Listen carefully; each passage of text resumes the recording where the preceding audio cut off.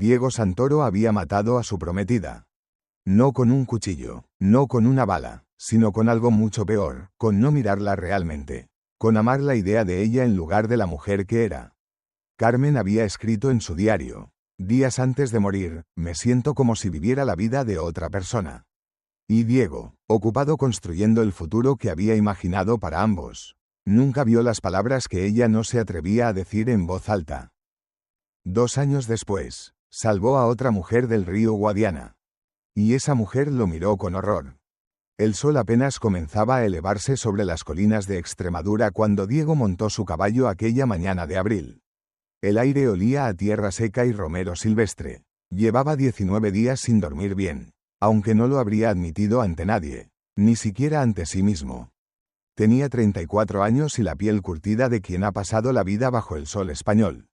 Sus manos eran ásperas, marcadas por años de trabajar la tierra y el ganado. En su rostro había líneas que no deberían estar ahí todavía, grabadas no por el tiempo sino por el dolor de recordar cada noche las palabras que Carmen nunca dijo y él nunca escuchó. Después de que ella murió, Diego desarrolló un miedo que no confesaba a nadie, el miedo al silencio. Trabajaba desde el amanecer hasta que caía rendido. Hablaba con los caballos, con las ovejas, con el viento si era necesario. Cualquier cosa con tal de llenar el vacío que dejaba la quietud. Porque en el silencio, los pensamientos regresaban, y con ellos, la imagen de Carmen cayendo de aquel caballo, su cuello quebrándose en un ángulo imposible, sus ojos abiertos mirando el cielo sin verlo. Si hubieras estado ahí, le había dicho su hermano Mateo la noche del funeral, si hubieras prestado atención cuando te dijo que el caballo estaba nervioso. Pero Diego no había estado ahí, había estado revisando los límites de la propiedad, preocupado por las cercas que necesitaban reparación, pensando en el futuro que construiría para ambos. Futuro que nunca llegó. Ahora, 19 días atrás, había cometido el error de salvar otra vida. Había sido en el río Guadiana, hinchado por las lluvias de primavera. Diego había ido a verificar si la corriente había dañado los postes de madera que marcaban los límites de su tierra. El rugido del agua era ensordecedor. El río convertido en una bestia marrón y furiosa que arrastraba ramas enteras como si fueran palillos. Entonces escuchó el grito. No fue un grito fuerte, apenas un sonido ahogado, casi perdido en el estruendo del agua. Pero Diego lo escuchó porque en los últimos 2 años había aprendido a detectar los sonidos de angustia. Se había vuelto sensible a ellos, como si su cuerpo buscara constantemente otra oportunidad de llegar a tiempo. La vio entre las olas. Un cuerpo pequeño luchando contra la corriente, cabello negro que flotaba como algas, brazos que apenas rompían la superficie. Sin pensar, Diego espoleó su caballo río abajo, buscando un punto donde pudiera interceptarla antes de que la corriente la arrastrara hacia las rocas. Se lanzó al agua sin dudarlo. El frío le golpeó como un puñetazo en el pecho, robándole el aire. La corriente tiraba de él con fuerza sobrenatural. Intentando arrastrarlo también, nadó con brazadas desesperadas, luchando por cada metro, hasta que sus dedos rozaron tela. La agarró, la atrajo hacia él, sintió el peso muerto de su cuerpo mientras peleaba por llevarlos a ambos a la orilla. Cuando finalmente la arrastró hasta la arena mojada, estaba inconsciente, labios azules, piel como mármol blanco. Diego le presionó el pecho, bombeando agua de sus pulmones, respirando aire en su boca. Contando, presionando, respirando, hasta que ella tosió. Agua brotó de su garganta. Sus ojos se abrieron de golpe. Y en ese momento, cuando lo miró, Diego no vio gratitud. Vio horror. La mujer jadeó con acento agudo. Retrocedió arrastrándose sobre la arena, alejándose de él como si fuera un demonio. Sus ojos oscuros estaban muy abiertos, llenos de algo que Diego no podía nombrar. No era miedo a él, sino miedo asterisco de asterisco él, de lo que había hecho. Ella dijo algo en una lengua que Diego no reconoció al principio. Palabras entrecortadas, urgentes, que sonaban como una mezcla de español antiguo y algo más gutural. Caló, se dio cuenta después, la lengua de los gitanos. «Estás bien», dijo Diego, levantando las manos en un gesto de paz. «Estás a salvo». Pero ella negó con la cabeza violentamente. Sus labios se movieron formando palabras que Diego apenas pudo escuchar sobre el rugido del río. «No debiste». Entonces se puso de pie, tambaleándose, y corrió hacia los árboles. Desapareció entre los robles antes de que Diego pudiera siquiera moverse. Se quedó allí en la orilla, empapado y temblando, con las manos aún extendidas hacia el lugar donde ella había estado. No debiste, resonaron sus palabras en su cabeza todo el camino de regreso a casa. Al día siguiente, ella apareció. Diego estaba dando de comer a los caballos cuando sintió la mirada. Se dio la vuelta y allí estaba, de pie junto al viejo roble que marcaba el límite del patio. No se movía, no hablaba, solo observaba. Él levantó la mano en saludo. Ella no respondió. Dio un paso hacia ella. La mujer inmediatamente dio un paso atrás, manteniendo la distancia entre ellos exacta. Diego se detuvo, desconcertado, contó los pasos en su mente. 30. Ella estaba exactamente a 30 pasos de distancia. ¿Necesitas algo?, gritó. ¿Tienes hambre? Silencio. ¿Estás bien? ¿Necesitas ver a un médico? Nada, solo esos ojos oscuros observándolo con una intensidad que le erizaba la piel. Eventualmente, Diego volvió a su trabajo, aunque podía sentir su mirada en la espalda todo el tiempo. Cuando terminó de dar de comer a los caballos y se giró de nuevo. Ella ya no estaba. Pero al día siguiente, estaba allí otra vez. Mismo lugar, misma distancia, mismo silencio. Y al otro día. Y al otro. En el pueblo, las habladurías comenzaron casi de inmediato. Hay una gitana rondando el rancho de Santoro, susurró doña Rosa en la tienda general, persignándose. Era una mujer robusta de mejillas rojas y dedos llenos de anillos que manejaba el único comercio del pueblo con mano de hierro. ¿Una gitana? Don Esteban, el terrateniente más rico de la región, frunció el ceño. Era un hombre de 50 años con bigote engomado y ojos que calculaban el valor de todo lo que veían. Eso no trae nada bueno. Diego había ido al pueblo a comprar provisiones y no pudo evitar escuchar. Se acercó al mostrador donde ambos conversaban. No está haciendo nada malo, dijo, manteniendo la voz neutral, solo, está ahí. Los gitanos nunca hacen nada sin razón, replicó don Esteban, golpeando el mostrador con el dedo. ¿Sabes lo que pasó hace 60 años? Una familia de aquí salvó a uno de ellos. Después, sus descendientes reclamaron derechos sobre la tierra. Cuando se les negó, quemaron la casa. Toda la familia murió. Eso es solo una historia. Diego intentó razonar, aunque sintió un escalofrío recorrerle la espalda. Las historias existen por algo, intervino doña Rosa, envolviendo los tomates que Diego había comprado. Mi prima se casó con un hombre que vivía cerca de sus campamentos. Me contó de sus costumbres. Cuando alguien salva la vida de un gitano, se vuelve responsable de todo lo que esa persona haga después. Cada deuda, cada obligación, cada enemigo. La palabra responsable resonó en la mente de Diego todo el camino de vuelta. ¿Era eso lo que significaba la mirada de horror en los ojos de la mujer? ¿Había atado su destino al de ella sin quererlo? Cuando llegó a casa, ella estaba allí, exactamente a 30 pasos del granero, donde él había dejado su caballo amarrado. Esta vez, Diego no intentó acercarse. En su lugar, dejó un plato de comida en el suelo, a medio camino entre ellos. Y se alejó. A la mañana siguiente, el plato estaba vacío, pero cuidadosamente lavado y devuelto al lugar exacto donde lo había dejado. En el quinto día, apareció la primera pluma. Era una pluma de águila, grande y majestuosa, con la punta negra intacta. Estaba colocada en el umbral de su puerta, tan cuidadosamente dispuesta que era imposible no verla. Diego la recogió, sintiendo el peso de ella en su palma. Buscó a la mujer con la mirada. Estaba en su lugar habitual, observándolo, por primera vez desde el río. Inclinó levemente la cabeza. Al octavo día, había 2 plumas. Al 12º, 3. Esa noche, Diego tuvo su primer sueño. En el sueño, estaba de pie en la orilla del río Guadiana. Pero no era él mismo. Era un hombre más viejo, vestido con ropa de hace décadas. Reconoció el rostro de las fotografías en el desván, su abuelo. Alonso Santoro. En el sueño, una mujer se adentraba en el río. No corría, no se apresuraba, caminaba con determinación, paso a paso, hasta que el agua le llegó a la cintura, al pecho, al cuello, y Alonso la miraba, inmóvil, mientras ella se hundía. Pero en el último momento, cuando solo su cabello negro flotaba en la superficie, Alonso se lanzó al agua. La sacó, la salvó. Y cuando la mujer abrió los ojos, miró a Alonso con el mismo horror que Diego había visto en los ojos de la gitana. Diego despertó empapado en sudor. Eran las 3 de la madrugada. Salió a la terraza, necesitando aire, y allí, bajo la luz de la luna, estaba ella.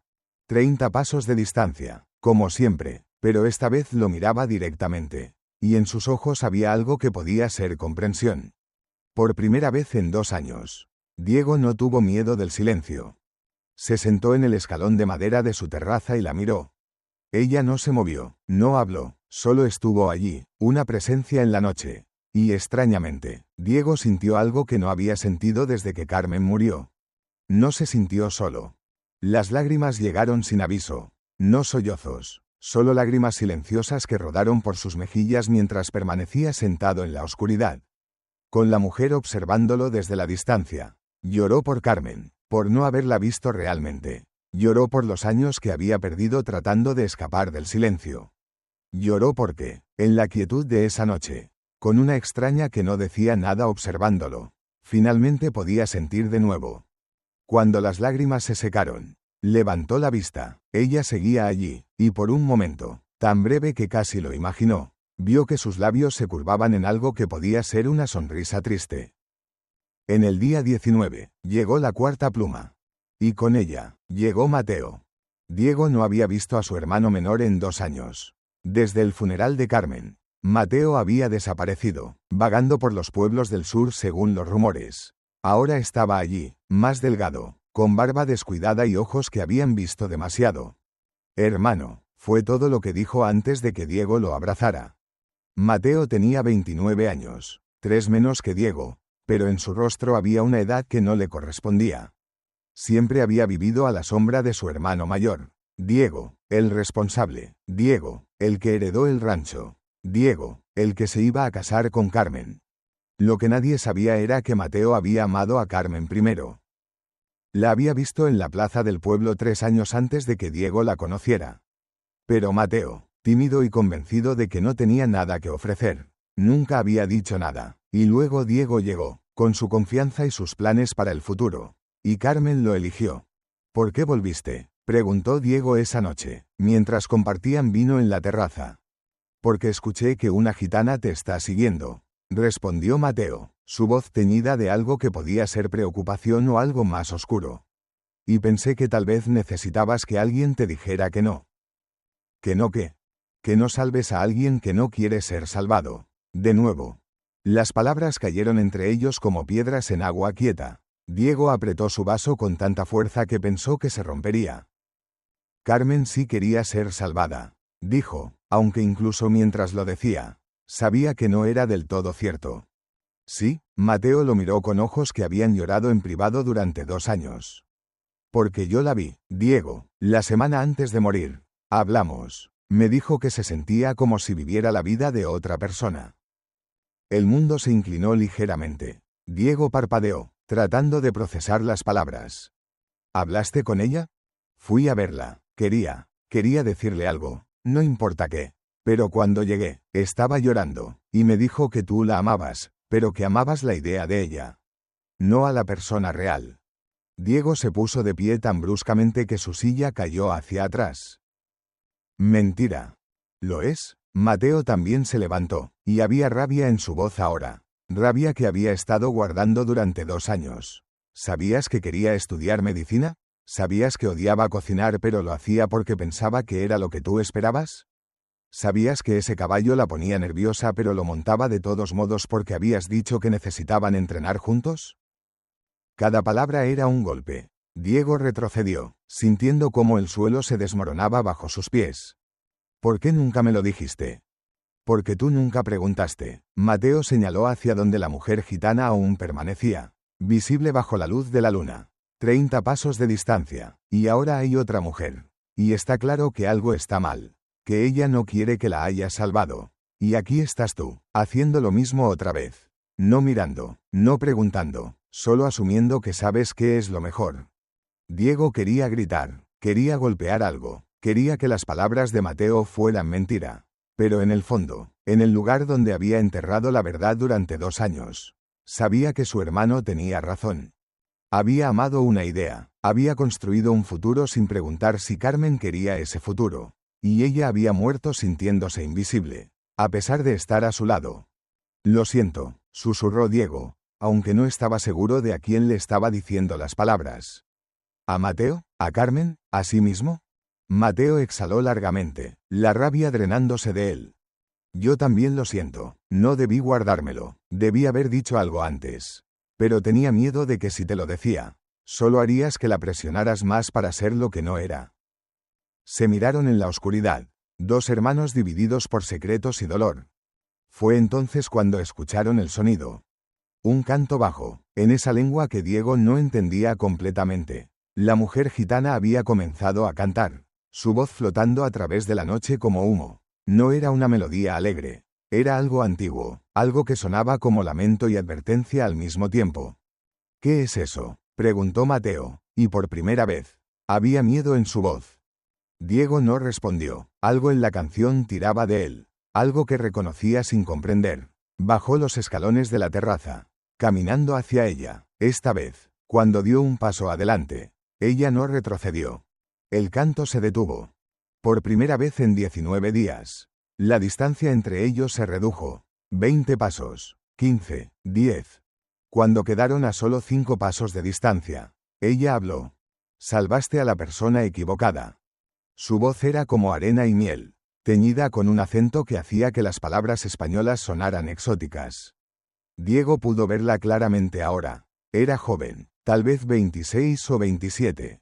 Tenía piel del color del bronce viejo, ojos oscuros que parecían guardar secretos de siglos, y cabello negro que caía en ondas hasta su cintura. En su muñeca izquierda llevaba brazaletes de plata con símbolos que Diego no reconocía. Te salvé de ahogarte, respondió Diego, confundido. No había error.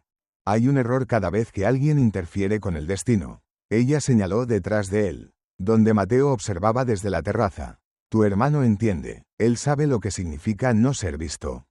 Diego se giró para mirar a Mateo, cuyo rostro estaba pálido bajo la luz de la luna. ¿Qué quiere decir?, preguntó Diego, pero Mateo apartó la mirada. La mujer dio un paso más cerca. 4 pasos ahora. Diego podía oler salvia y algo más. Algo que le recordaba a tormentas de verano. Mi nombre es Inés Herrera, dijo ella, y vine al río Guadiana para morir. No por desesperación, no por dolor, sino para terminar una deuda que ha durado 4 generaciones. Extendió su mano, y en su palma había una piedra lisa del río, con nombres grabados en ella. Diego se inclinó para mirar más de cerca. Los nombres eran antiguos, algunos casi borrados por el tiempo. Asterisco Lucía Herrera 1847 asterisco. Asterisco Rosa Herrera 1869 asterisco. Asterisco Paloma Herrera 1891 asterisco. Asterisco Inés Herrera 1919 asterisco. ¿Qué es esto?, preguntó Diego. Los nombres de las mujeres que no debían existir, respondió Inés, y todas existimos porque tu abuelo cometió el mismo error que tú. Cerró su mano alrededor de la piedra. Mañana, si aún quieres entender, ven al viejo camino minero al amanecer. Hay una casa allí, una casa donde todo comenzó, y te mostraré lo que tu bondad ha creado. Sin esperar respuesta, se dio la vuelta y caminó hacia la oscuridad. Esta vez no corrió, pero su forma se desvaneció entre las sombras de los árboles como si nunca hubiera estado allí. Diego se quedó inmóvil, con el corazón latiendo tan fuerte que podía escucharlo en sus oídos. Detrás de él, oyó a Mateo bajar los escalones. ¿Vas a ir?, preguntó su hermano. Diego miró hacia donde Inés había desaparecido, luego hacia las 4 plumas de águila que descansaban en el alféizar de su ventana. Sí, dijo, voy a ir. Porque finalmente, después de 2 años de no hacer las preguntas correctas, de no ver lo que estaba frente a él, Diego estaba listo para mirar. Estaba listo para entender el precio de salvar a alguien que no pedía ser salvado. Y estaba listo para confrontar el legado que su abuelo había dejado. Escrito no en testamentos o propiedades, sino en las vidas de personas que existían en el espacio frágil entre destino y elección. La noche se extendía ante él, llena de preguntas que no tenía respuesta, pero por primera vez desde que Carmen murió, Diego no tenía miedo del silencio. Porque el silencio, finalmente, estaba empezando a hablar. El amanecer llegó con niebla. Diego apenas había dormido. Pasó la noche mirando el techo de su habitación, pensando en las palabras de Inés, en los nombres grabados en la piedra, en el rostro de Carmen en sus últimos días. Mateo había dormido en el cuarto de huéspedes, pero Diego lo escuchó moverse inquieto durante toda la noche, como si él también fuera perseguido por fantasmas. Cuando el sol comenzó a teñir el horizonte de naranja, Diego se levantó, se vistió en silencio, evitando su reflejo en el espejo. Había algo diferente en su rostro esta mañana, algo que no podía nombrar. Tal vez era el peso de saber que estaba a punto de descubrir una verdad que cambiaría todo. Mateo ya estaba en la cocina cuando Diego bajó. Había preparado café, y el aroma llenaba la habitación con una calidez que contrastaba con la tensión entre ellos. «Voy contigo», dijo Mateo, sin preámbulos.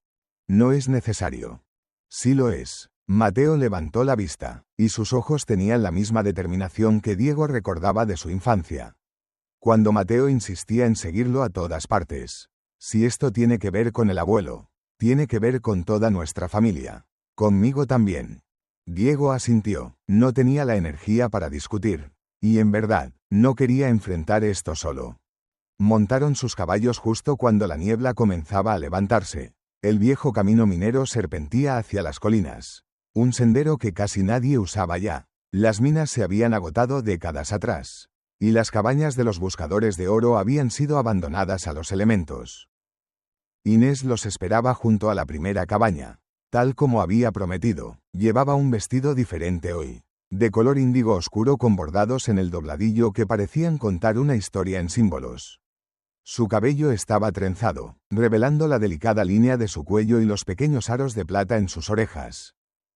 «Viniste», dijo ella, y había sorpresa en su voz. «No estaba segura de que lo hicieras».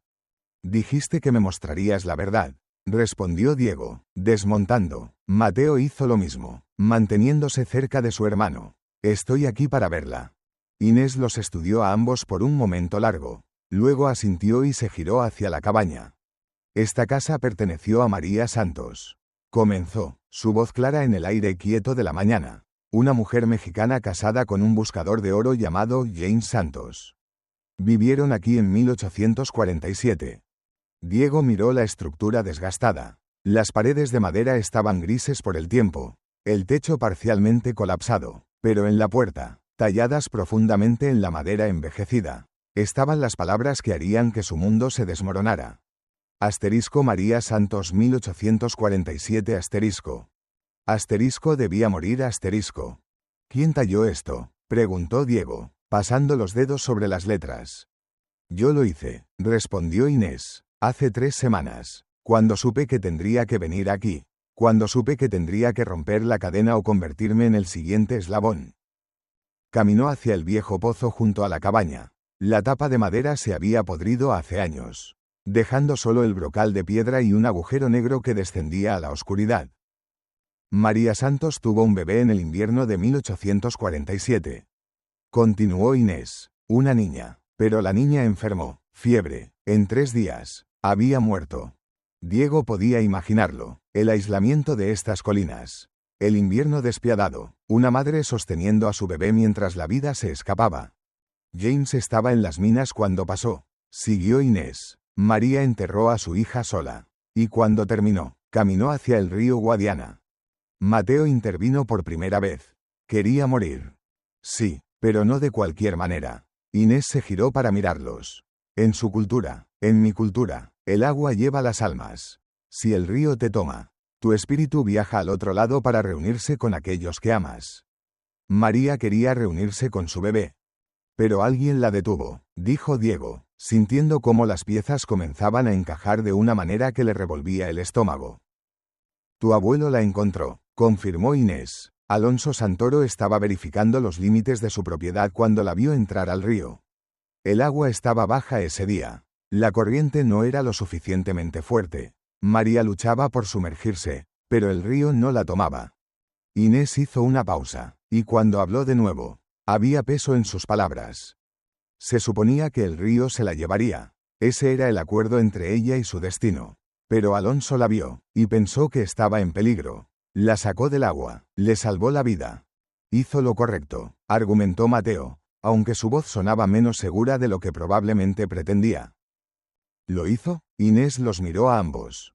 Porque después de ese día, todo cambió. Alonso llevó a María de regreso aquí. Le dio comida, le ofreció trabajo. Ella, sin hogar y sin propósito, aceptó. Trabajó para tu familia durante 23 años. Diego sintió como si el suelo se moviera bajo sus pies. ¿María Santos trabajó para mi familia? Cocinaba, limpiaba, cuidaba el ganado. Nunca habló de lo que había intentado hacer en el río. Pero la deuda la seguía. Y en mi cultura, cuando alguien salva a una persona que estaba cumpliendo su destino, cuando interfiere con el acuerdo entre un alma y el universo, crea una deuda. Inés sacó la piedra de su bolsillo, la misma con los nombres grabados. María Santos era gitana. Su familia se había establecido cerca de aquí décadas atrás. Y según nuestras leyes, cuando alguien salva tu vida, se vuelve responsable de todo lo que viene después. Cada decisión que tomes, cada vida que toques, cada descendiente que tengas, existe porque esa persona interfirió, y esa responsabilidad pasa de generación en generación. Eso es. Diego buscó las palabras. Absurdo.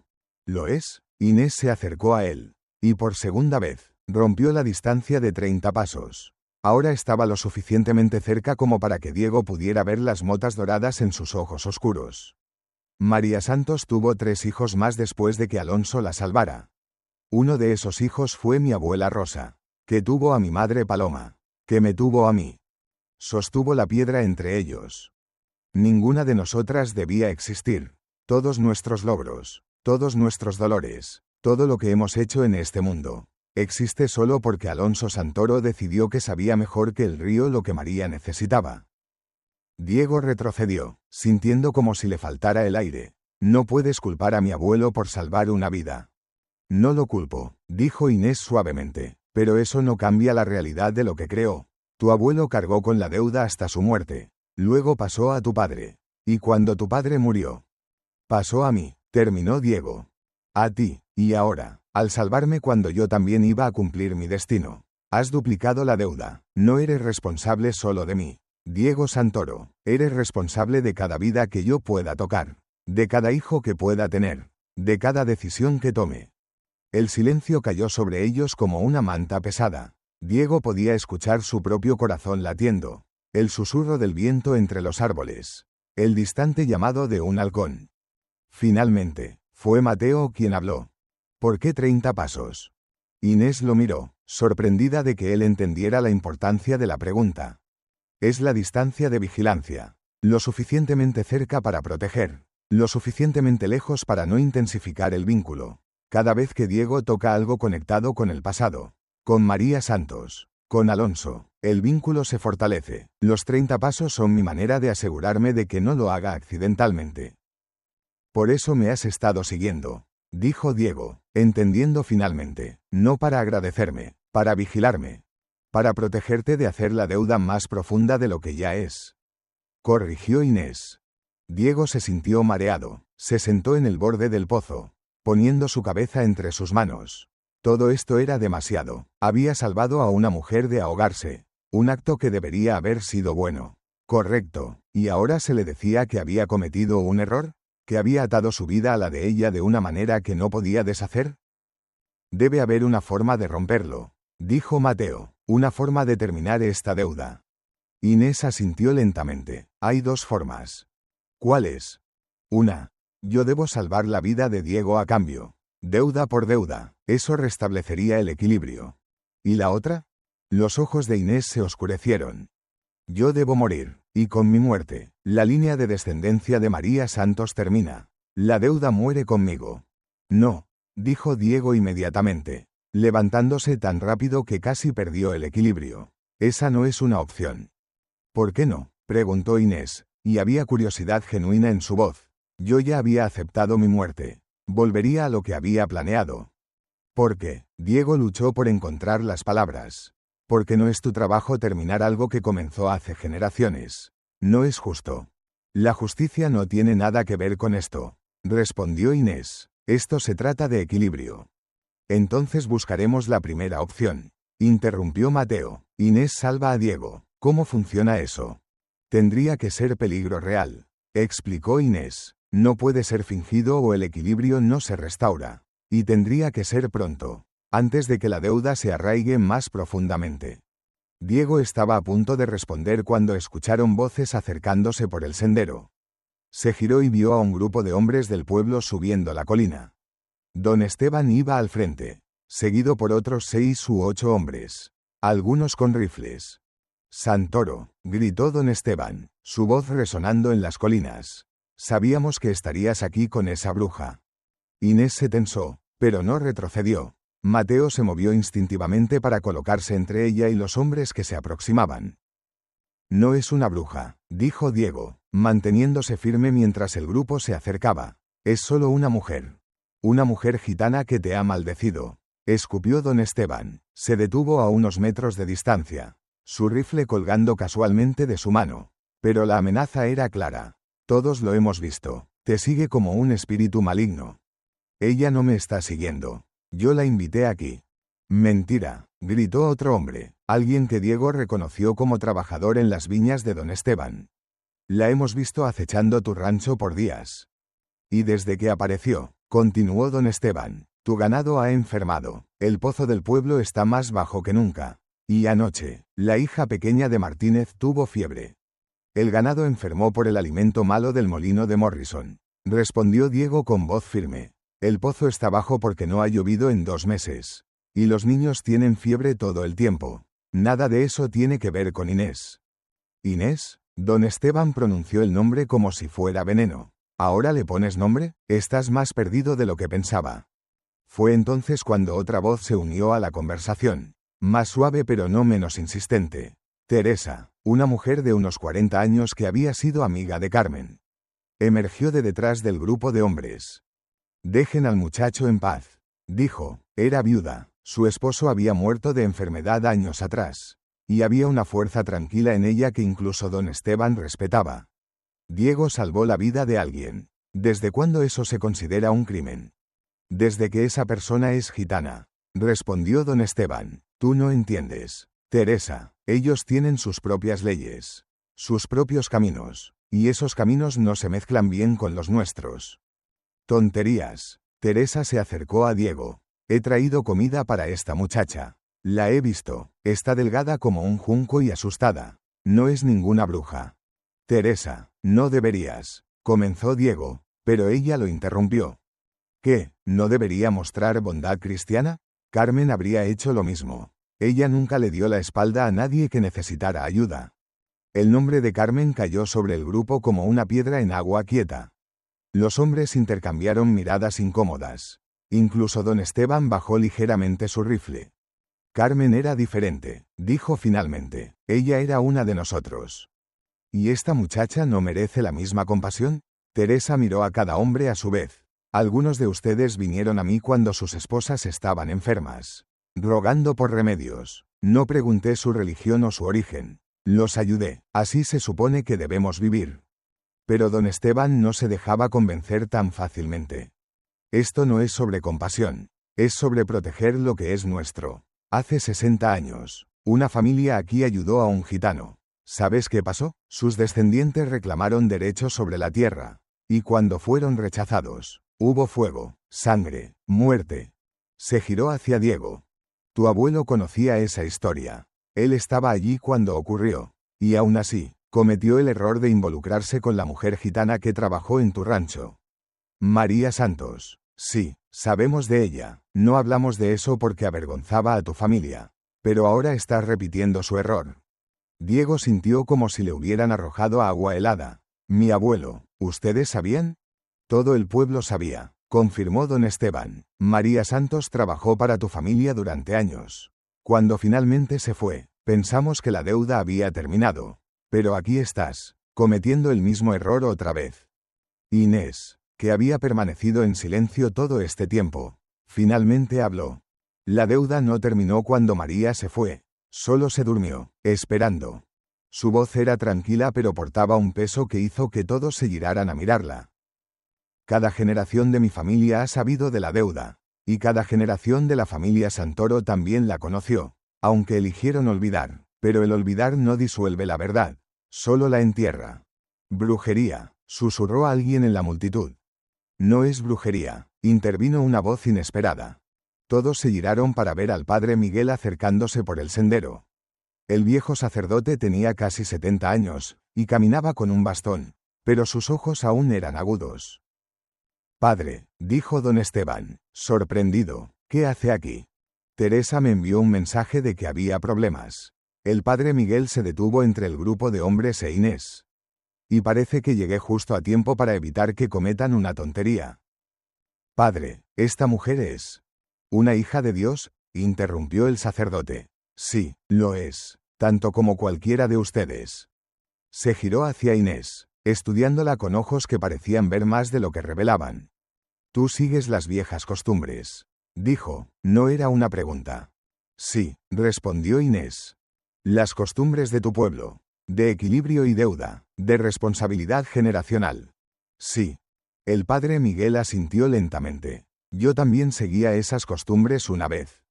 Un murmullo recorrió la multitud. Diego miró al sacerdote con nuevos ojos. Padre, nací en un campamento gitano, dijo el padre Miguel, su voz firme a pesar de las expresiones de shock a su alrededor. Mi nombre era Miguel Vargas. Cuando tenía 18 años, me convertí al catolicismo. Mi familia me rechazó, me borró de su historia. He servido a esta parroquia durante 40 años, y nunca le he dicho esto a nadie. Se giró hacia don Esteban. Así que cuando hablas de gitanos como si fueran menos que humanos. Hablas de mí, cuando dices que sus costumbres son brujería. Niegas mi herencia, y cuando amenazas a esta joven, amenazas a todo lo que alguna vez fui. Don Esteban retrocedió, visiblemente sacudido. Los otros hombres miraban al suelo, incómodos. Padre, yo no sabíamos. Por supuesto que no sabían. Porque elegí esconderlo, porque tenía miedo de exactamente esto. El padre Miguel levantó su bastón, señalando a cada uno de ellos por turno. Pero ya no más. Esta joven habla de una deuda real, una obligación que mi pueblo toma muy en serio. No es magia, es ética, es responsabilidad, y es algo que deberían entender mejor que cualquier campesino gitano. Se giró hacia Inés. La deuda del destino, dijo en un español teñido con palabras en caló. Tu madre era Paloma Herrera. Los ojos de Inés se ensancharon. ¿La conoció? La conocí, antes de convertirme. Éramos del mismo campamento. Una sonrisa triste cruzó su rostro. Ella era bondadosa, sabia. Me dijo una vez que algún día, la deuda de María tendría que pagarse. No sabía que sería su nieta quien cargaría con eso. Mi madre murió sin verlo resuelto, dijo Inés suavemente. Me hizo prometerle en su lecho de muerte que yo terminaría lo que María comenzó. ¿Y cómo planeabas terminarlo? Inés no respondió inmediatamente. Cuando lo hizo, su voz era apenas un susurro. De la misma manera que María intentó, en el río. El padre Miguel cerró los ojos. Y Diego vio dolor genuino en su rostro. Niña, dijo el anciano sacerdote, esa no es la manera.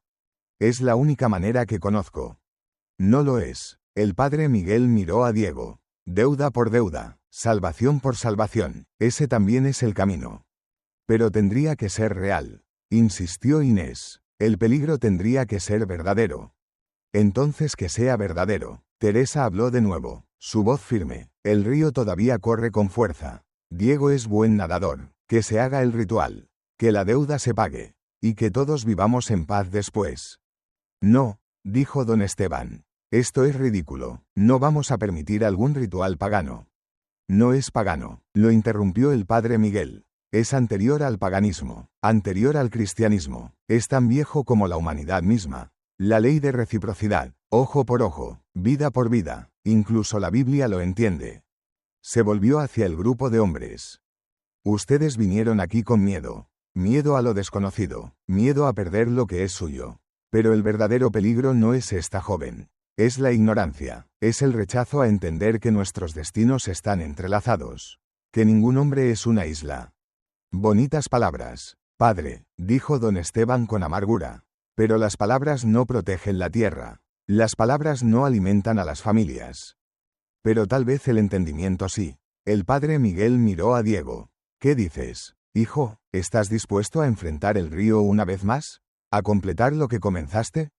Diego miró a Inés. Ella lo observaba con esos ojos oscuros. Y en ellos vio miedo, esperanza y algo más, algo que no se atrevía a nombrar. Si eso es lo que se necesita, dijo Diego, si eso romperá la deuda y nos liberará a ambos. Entonces sí, lo haré. Pero, añadió, dando un paso hacia Inés, reduciendo la distancia entre ellos, con una condición. ¿Cuál? Que después, cuando la deuda esté rota, tú elijas, no por obligación, no por destino, sino porque tú quieres, elige quedarte o elige irte, pero que sea tu elección. Por primera vez desde que la conoció, Diego vio lágrimas en los ojos de Inés. ¿Por qué?, preguntó ella. ¿Por qué importa? Porque pasé 2 años sin ver realmente a alguien que estaba justo frente a mí. No cometeré ese error otra vez. Quiero que elijas, porque la elección es lo único que realmente nos pertenece.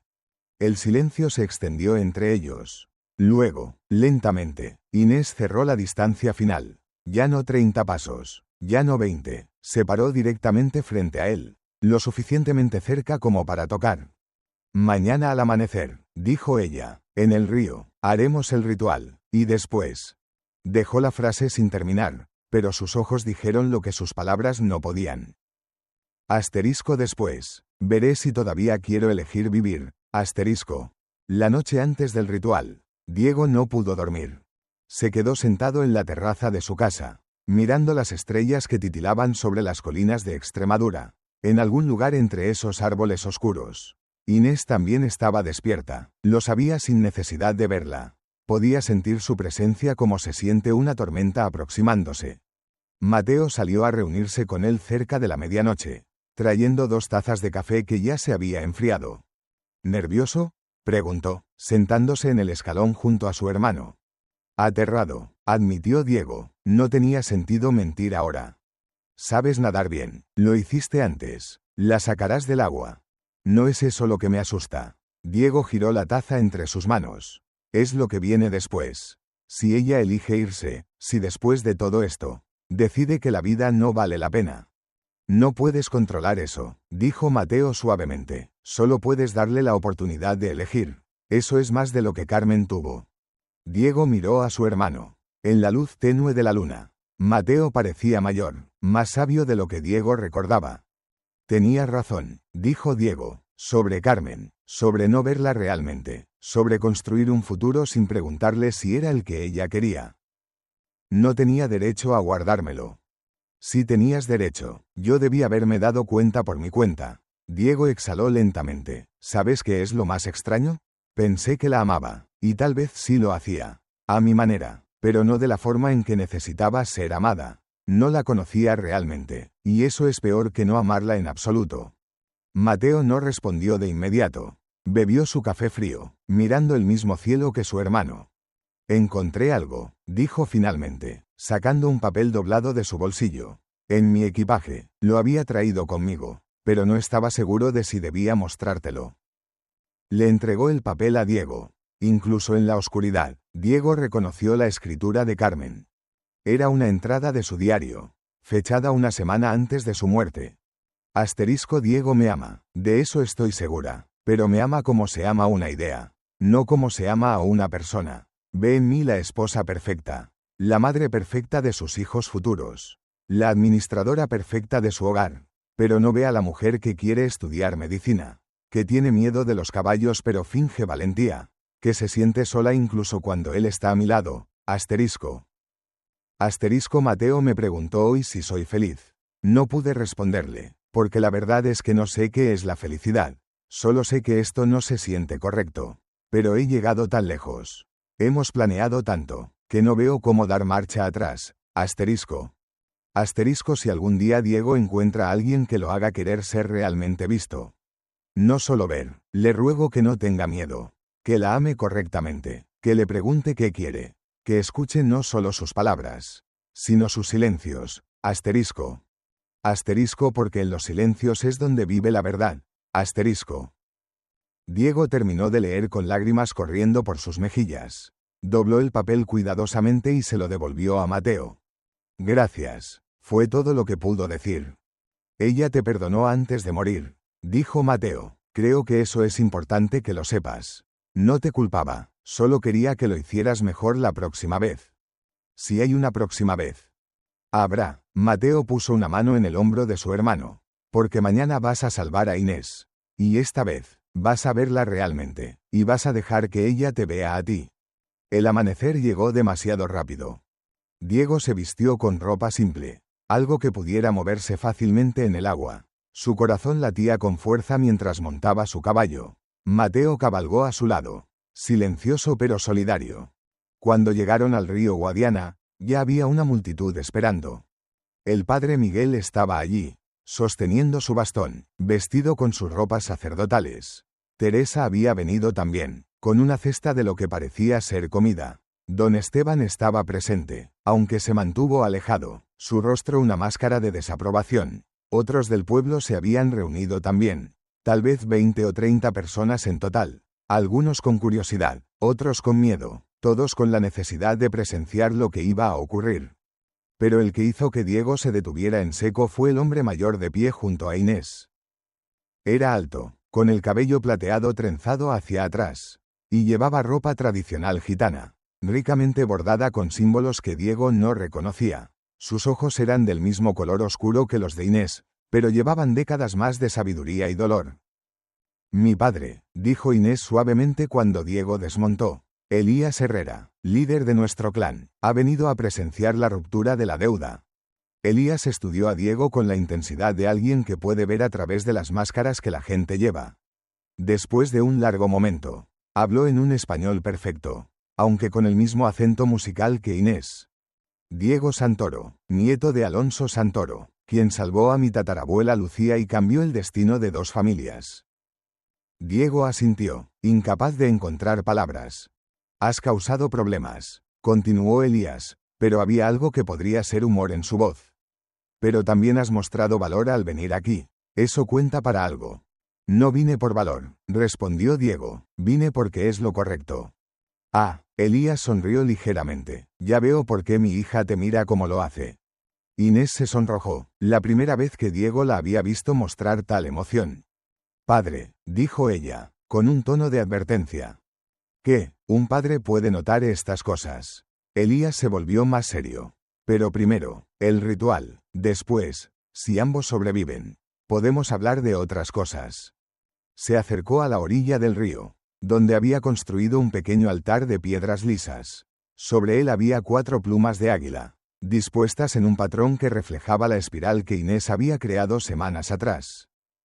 Estas 4 plumas representan 4 generaciones de deuda, explicó Elías, su voz lo suficientemente fuerte para que toda la multitud pudiera oír. Lucía Herrera, que debía morir pero vivió. Rosa Herrera, su hija. Paloma Herrera, su nieta. E Inés Herrera, su bisnieta. Recogió cada pluma a su vez, sosteniéndolas hacia el cielo. Hoy, esta deuda será pagada, vida por vida, salvación por salvación. El equilibrio será restaurado, y ambas familias quedarán libres de obligación. Se volvió hacia Inés. Hija mía, ¿entiendes lo que significa esto? Si Diego te salva hoy, la deuda se rompe, pero si eliges quedarte con él después, serás exiliada de nuestro pueblo. Ya no serás herrera, ya no tendrás clan. Lo entiendo, respondió Inés, su voz firme. ¿Y estás dispuesta a pagar ese precio? Inés miró a Diego, y en sus ojos había algo que hizo que el corazón de él se apretara en su pecho. Primero veamos si alguno de nosotros sobrevive al río, dijo ella, después hablaremos de precios.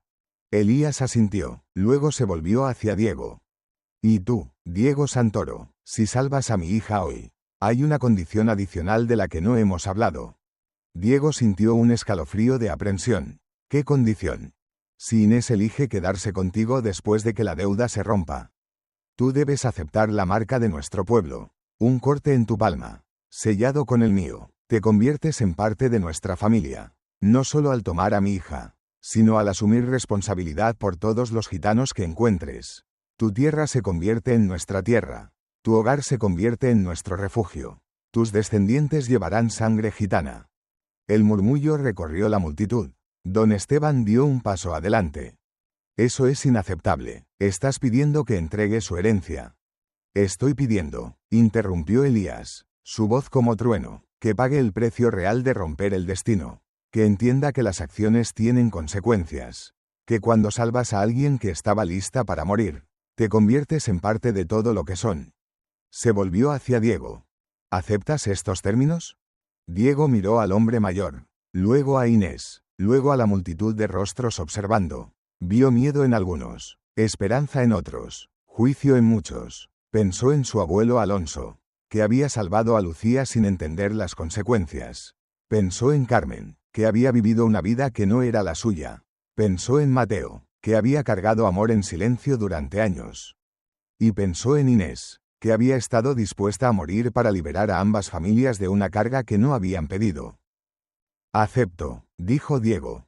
Un suspiro colectivo recorrió la multitud. El padre Miguel hizo la señal de la cruz. Teresa sonrió a través de sus lágrimas.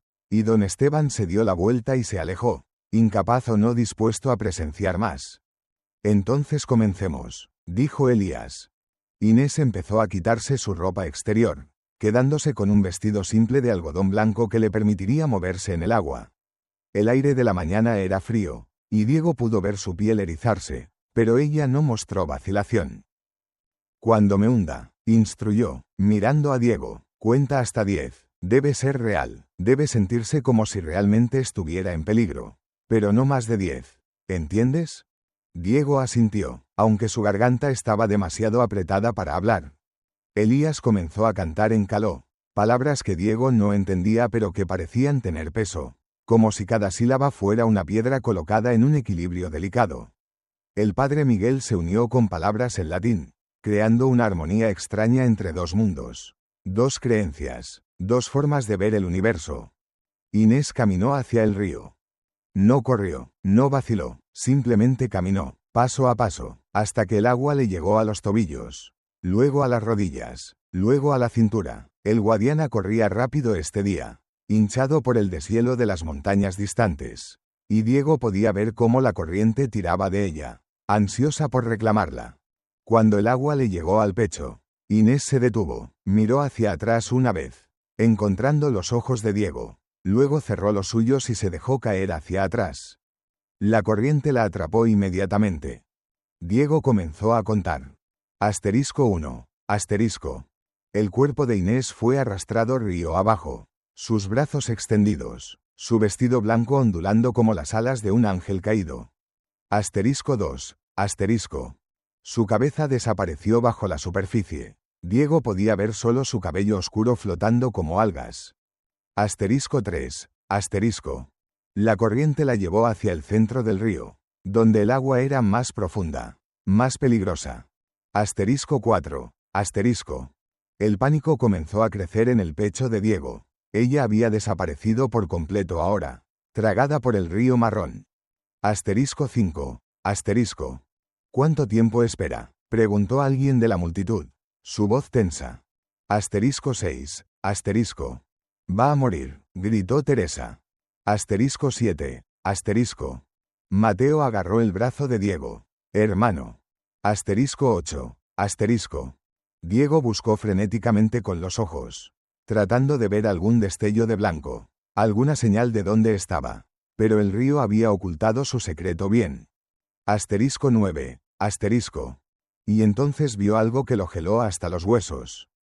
En el agua, superpuesto sobre donde Inés había desaparecido, vio el rostro de Carmen. Era imposible, una alucinación, pero estaba allí. Carmen bajo el agua, mirándolo con ojos vacíos, alcanzando hacia él pero inalcanzable. No puedes salvarme, susurró su voz en su mente. Ya me has perdido. Asterisco 10, asterisco. Diego se lanzó al río. El agua fría lo golpeó como un puño, robándole el aliento, pero esta vez no vaciló. Nadó con brazadas desesperadas hacia donde había visto a Inés por última vez, luchando contra la corriente que trataba de arrastrarlo también. Y entonces las alucinaciones se hicieron más fuertes. Vio a Carmen debajo de él, hundiéndose más profundo. Alcanzó hacia ella, pero cuando sus dedos rozaron su brazo, ella se transformó en Inés. Luego volvió a Carmen, luego a alguien que no reconocía. Los rostros se mezclaban, superponía N12, hasta que no podía distinguir quién era real y quién era fantasma. Asterisco, No puede salvar a todos. Asterisco. Susurró la voz del río. Asterisco. Algunos están destinados a hundirse. Asterisco. Asterisco. Deja ir. Asterisco. Y Diego se dio cuenta de algo en ese momento. Algo que había estado negando durante 2 años. No podía salvar a Carmen. Nunca había podido. Su muerte no había sido su culpa. No realmente. Ella había hecho una elección. Había montado ese caballo sabiendo que la ponía nerviosa. Y el universo había conspirado de 1000 maneras pequeñas para crear un momento de tragedia. Pero Inés. Inés estaba aquí, ahora, real. Y él podía elegir luchar por ella.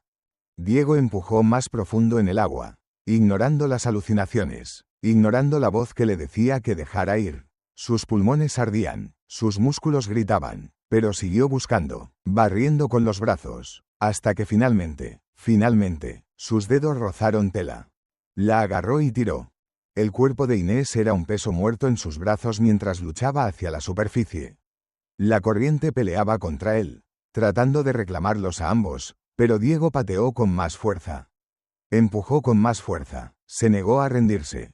Rompieron la superficie juntos, jadeando. Inés tosía agua, aferrándose a él con dedos que parecían garras. Diego nadó hacia la orilla, cada brazada una batalla, hasta que finalmente, sus pies tocaron arena. Los arrastró a ambos a tierra firme, colapsando en la orilla con Inés todavía en sus brazos. Ella tosía violentamente, expulsando agua del río, su cuerpo temblando de frío y shock. Pero estaba viva. La multitud explotó en gritos. Algunas personas vitoreaban, otras oraban, otras simplemente lloraban. Mateo corrió hacia ellos, arrancándose su abrigo para envolver a Inés. Teresa estaba justo detrás, con mantas que había traído. Elías se acercó lentamente, su rostro imposible de leer. Se arrodilló junto a su hija, poniendo una mano en su mejilla. «Hija mía», dijo suavemente, «has sido salvada». Inés asintió, incapaz de hablar todavía mientras tosía más agua. Elías se puso de pie y se dirigió a la multitud reunida. «La deuda ha sido pagada. Salvación por salvación, el equilibrio ha sido restaurado». Caminó hacia el altar de piedra y recogió las 4 plumas de águila. Una a una, las arrojó al río. La corriente las atrapó y las llevó lejos, girando y bailando río abajo hasta que desaparecieron de la vista. 4 generaciones de obligación, proclamó Elías, ahora lavadas. Ambas familias son libres. Se volvió hacia Inés, que había logrado sentarse, todavía temblando pero con los ojos claros. Ahora, hija mía, debes elegir, ven con tu pueblo, donde perteneces, o quédate aquí, y nunca más seas bienvenida entre nosotros. El silencio cayó sobre la reunión. Todos esperaban, conteniendo el aliento. Inés miró a su padre, luego miró a Diego, que aún estaba arrodillado a su lado, empapado y exhausto. Lentamente, dolorosamente, se puso de pie. Diego se levantó con ella, listo para apoyarla si sus piernas cedían. Pero no cedieron. Inés dio un paso, no hacia su padre, sino hacia Diego.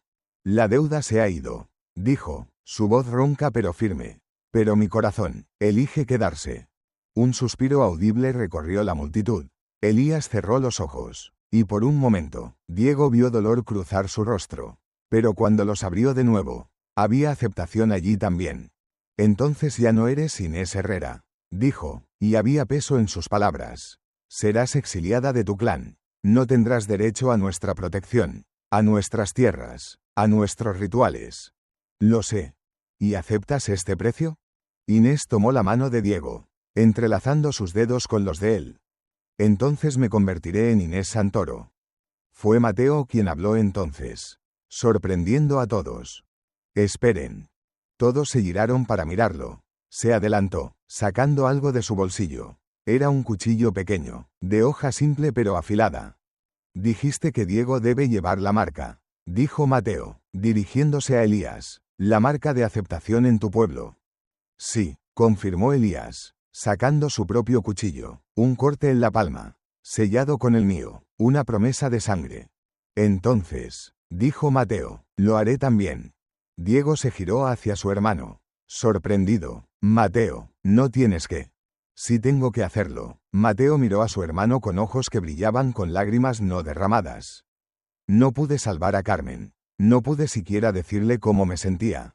Pero puedo hacer esto. Puedo estar aquí. Para ti, para Inés, para cualquier familia que construyan. Puedo ser parte de algo más grande que mi propio dolor. Se volvió hacia Elías. Si mi hermano asume esta responsabilidad, yo también lo haré. Los Santoro no dejarán que Diego cargue esto solo. Elías estudió al joven por un largo momento. Luego asintió lentamente. Así sea, 2 hermanos, unidos en sangre con mi pueblo. El ritual fue simple pero profundo. Elías cortó su propia palma primero, dejando que la sangre fluyera. Luego cortó la palma de Diego, y finalmente la de Mateo. Presionó su mano sangrante contra cada una de las de ellos a su vez, sellando el pacto. Por esta sangre, dijo en caló, luego repitió en español, sean conocidos como hermanos de mi pueblo, sean protectores de los gitanos, y que sus descendientes lleven esta marca en su historia. El padre Miguel se adelantó entonces, sosteniendo un pequeño frasco de agua bendita. Y que esta unión, dijo, sea bendecida por Dios, quien ve más allá de las divisiones que hacemos entre nosotros. Que estas 2 familias, largo tiempo separadas por la deuda, ahora estén unidas por el amor. Roció el agua sobre Diego e Inés, haciendo la señal de la cruz. Era extraño, pensó Diego, cómo 2 mundos podían encontrarse así. El ritual gitano y la bendición católica, las antiguas costumbres y la nueva fe, todo fluyendo juntos como los afluentes del río, creando algo más grande que cualquiera por separado. Teresa fue la primera en aplaudir. El sonido comenzó lentamente, solo sus manos, pero luego otros se unieron. No todos. Algunos se alejaron, incómodos o desaprobadores, pero suficientes permanecieron, suficientes para que Diego supiera que había esperanza. Los días siguientes trajeron cambios. Algunos fáciles, otros difíciles. Don Esteban, verdadero a su palabra, evitó a Diego por completo. Unos pocos otros en el pueblo hicieron lo mismo, incapaces o no dispuestos a aceptar lo que había sucedido en el río. Pero más personas, de las que Diego esperaba, se acercaron. Teresa se convirtió en una visitante frecuente, trayendo comida y conversación. Le enseñó a Inés sobre las costumbres locales. Y a cambio, Inés le mostró remedios herbales que Teresa nunca había imaginado. El padre Miguel venía cada domingo, y él e Inés tenían largas conversaciones sobre fe, sobre el universo, sobre cómo diferentes pueblos buscaban la verdad de diferentes maneras. Y Mateo, para sorpresa de Diego, pareció encontrar propósito en la nueva configuración familiar. Comenzó a escribir, documentando las historias que Inés contaba sobre su pueblo, preservando el conocimiento que de otra manera podría perderse. Pero el cambio más grande fue en Diego mismo. Por primera vez desde que Carmen murió, se permitió sentir plenamente, no solo el dolor o la culpa, sino también la alegría, la esperanza, el amor. Inés construyó una pequeña casa en la ladera sobre el rancho de Diego. Lo suficientemente cerca para visitarse diariamente, lo suficientemente lejos para que fuera claro que era su propio espacio. Cada mañana, ella bajaba a tomar el desayuno con Diego y Mateo. Cada noche, regresaba a su propia casa, a su propia cama. ¿Cuándo se casarán?, preguntó Mateo una tarde, 3 meses después del ritual. Diego miró a su hermano, sorprendido. ¿Casarnos? Vamos, cualquiera con ojos puede ver cómo se miran el uno al otro. Es complicado. No más complicado que todo lo demás que han atravesado. Diego no respondió de inmediato. Miró hacia la ladera, donde podía ver el humo saliendo de la chimenea de la casa de Inés. Le pregunté una vez, admitió, me dijo que no estaba segura de si quería casarse con alguien. Que había pasado tanto tiempo preparándose para morir que necesitaba aprender a vivir primero. ¿Y la esperarás? Diego sonrió, todo el tiempo que necesite. Porque esa era la lección que Carmen le había enseñado. Incluso en la muerte, no podías amar a alguien tratando de convertirlo en lo que querías que fuera. Tenías que amarlos por lo que eran, con toda su complejidad, todos sus miedos, todos sus sueños que podían no alinearse con los tuyos. Tenías que verlos, realmente verlos. Y dejar que ellos te vieran a ti también. 6 meses después del ritual, llegó una carta. Mateo la trajo del pueblo una tarde. Su expresión cautelosa. Es de Sevilla, dijo, entregándosela a Diego, del editor que estaba leyendo mis escritos. Diego abrió la carta, leyendo rápidamente. Sus ojos se agrandaron. Mateo, ¿esto es real? Su hermano asintió, incapaz de contener una sonrisa. Quieren publicar mi libro, las historias que recopilé de Inés. Sobre su pueblo, sobre la deuda, sobre todo, dicen que nunca han visto nada igual. Eso es increíble. Diego abrazó a su hermano. ¿Cuándo tienes que ir? La semana próxima, para reunirme con ellos, discutir detalles. Mateo hizo una pausa. Podría estar fuera por un tiempo. Diego vio algo en los ojos de su hermano. Algo que podría ser miedo o podría ser emoción, o tal vez ambos. ¿Estás asustado?, preguntó. Aterrado, admitió Mateo. Toda mi vida he estado aquí, a tu sombra, preguntándome qué pasaría si intentara algo propio. Y ahora lo descubrirás. Diego puso una mano en el hombro de su hermano. Estaré aquí cuando regreses. Pero ve, encuentra tu propio camino. Ya no necesitas seguir el mío. Esa noche, cuando Inés bajó para la cena, Diego le contó las noticias. Ella sonrió, esa sonrisa que transformaba todo su rostro. Tu hermano es valiente, dijo, se necesita coraje para dejarlo conocido. Como dejaste a tu pueblo. Sí, su sonrisa se suavizó, aunque a veces me pregunto si hice lo correcto. ¿Te arrepientes? No, su respuesta fue inmediata, pero extraño ciertas cosas. Los cantos, las historias, la forma en que mi gente entiende el mundo. Diego pensó por un momento. Luego se levantó de la mesa. Ven conmigo. La llevó afuera, a donde Mateo había estado trabajando en un proyecto secreto durante semanas. Bajo una lona había una pequeña caravana, al estilo gitano, pintada con colores brillantes y símbolos tradicionales. Mateo la hizo, explicó Diego, con la ayuda de Teresa y algunos otros del pueblo.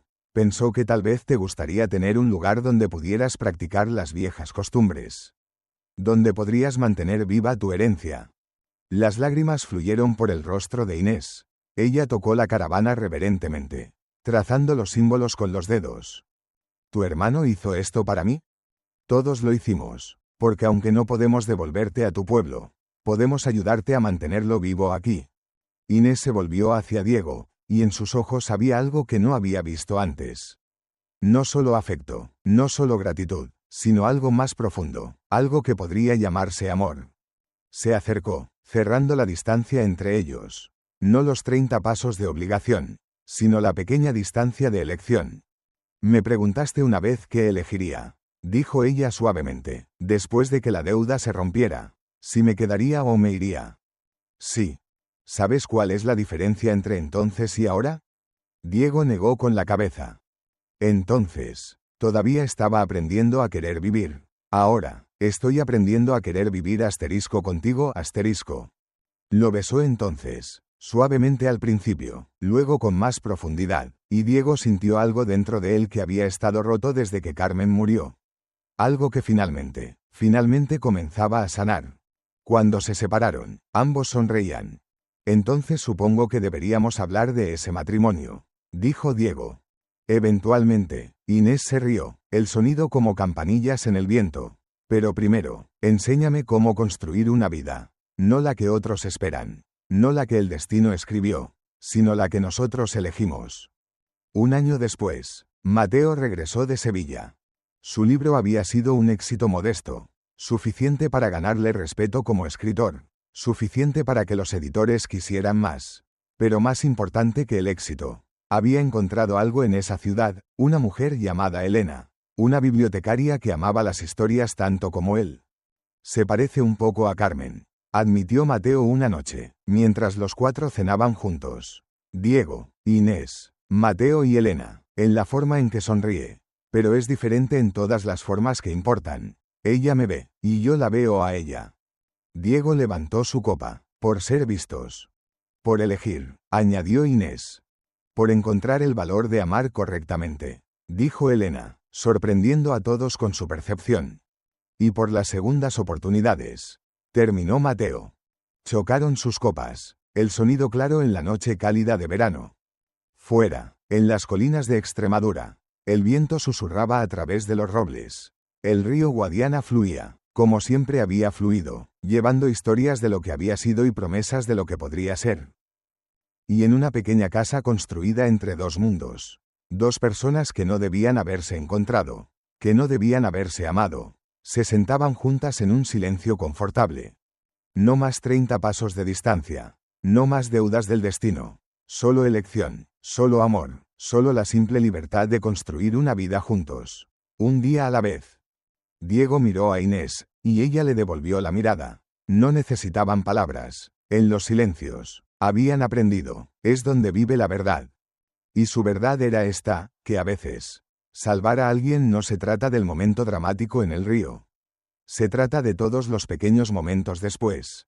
Se trata de verlos realmente, de dejar que te vean, de elegir, una y otra vez, construir algo juntos que ninguno de los dos podría haber construido solo. Diego pensó en su abuelo Alonso, que había comenzado todo esto al salvar a Lucía sin entender las consecuencias. Pensó en las 4 generaciones de mujeres que habían existido en el espacio entre destino y deuda. Pensó en Carmen, que le había enseñado en muerte lo que no pudo enseñarle en vida. Y pensó en Inés, que había estado lista para morir pero había elegido vivir, que había tomado la mano que le ofrecía y había construido algo hermoso con ella. En el ático de la casa, guardado en una caja de cedro, estaba el último diario de Carmen. En su última página, con la caligrafía cuidadosa de Mateo, había sido añadida una nota. Asterisco 18 meses después de tu muerte. Carmen, Diego encontró a alguien, y esta vez, hizo las preguntas correctas, la vio realmente, y se dejó ser visto. Asterisco. Asterisco creo que estarías orgullosa de él. Asterisco. Asterisco espero que donde estés, hayas encontrado la paz que no pudiste encontrar aquí. Asterisco. 3 años después del ritual en el río, nació una niña. Tenía los ojos oscuros de su madre y la determinación tranquila de su padre. La llamaron Carmen, en honor a la mujer que había enseñado a Diego la importancia de ver realmente. Y cuando esa niña fue lo suficientemente mayor para entender, le contaron la historia de 2 familias atadas por el destino, de una deuda que duró 4 generaciones, de un río que tomó y dio, de elecciones hechas y consecuencias enfrentadas. Le enseñaron las canciones gitanas de su madre, le enseñaron a trabajar la tierra con su padre, le enseñaron que algunas veces, salvar a alguien significa dejarlos ir, y otras veces, significa quedarse. Le enseñaron que el amor no es solo sentimiento, es acción, es elección, es ver a alguien por quien realmente es y amarlos de todos modos. Amarlos especialmente. Le enseñaron que hay sabiduría en muchas culturas, en muchas formas de ver el mundo, y que las personas más sabias son aquellas que pueden construir puentes entre mundos diferentes. Pero sobre todo, le enseñaron esto, que ella no era el resultado de una deuda. No era consecuencia de una obligación.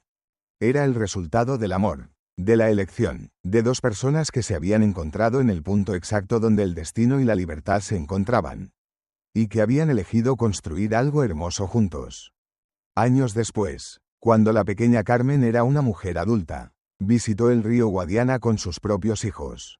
Les mostró el lugar donde su madre casi había muerto, donde su padre la había salvado, donde todo había cambiado. ¿Creen en el destino?, le preguntaron sus hijos. Creo, respondió, que el destino nos presenta opciones, pero somos nosotros quienes decidimos qué hacer con ellas. Miraron juntos el río, fluyendo eternamente hacia el mar, y en el agua, Carmen pensó que podía ver los rostros de todas las mujeres que la habían precedido. Lucía, Rosa, Paloma, Inés, 4 generaciones que no debían existir, pero que existieron de todos modos. Y ella, la 5ª generación, existía no a pesar de esa historia, sino gracias a ella. Porque al final, la deuda del río no era una carga, era un regalo, una lección sobre la responsabilidad, sobre las consecuencias, sobre cómo nuestras acciones reverberan a través del tiempo de maneras que nunca podemos predecir completamente. Y a veces, si tienes suerte, si eliges bien, si amas verdaderamente, esas reverberaciones crean algo hermoso. Algo que vale la pena salvar. Algo que vale la pena elegir. Algo que vale la pena vivir.